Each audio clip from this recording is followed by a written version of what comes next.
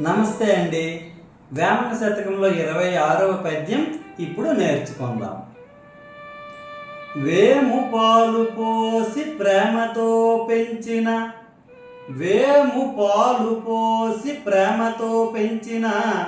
చేదు విరిగి తీపి చందబోదు.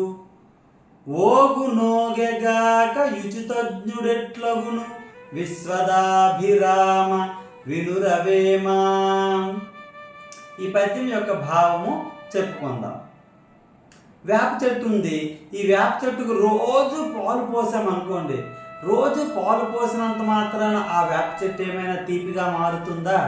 మారదు కదా. అలాగే మూర్ఖుడు ఎంత చెప్పినా సరే ఉచితానుచితాలు వాడు తెలుసుకోలేడు అని ఈ పద్యం యొక్క భావం. పద్యము మరొకసారి చెప్పుకుందాం.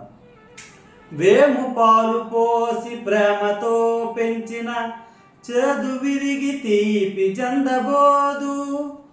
ఓగు నోగెగాక యుచితజ్ఞుడెట్లగును విశ్వదాభిరామ వినురవేమా. Thank you.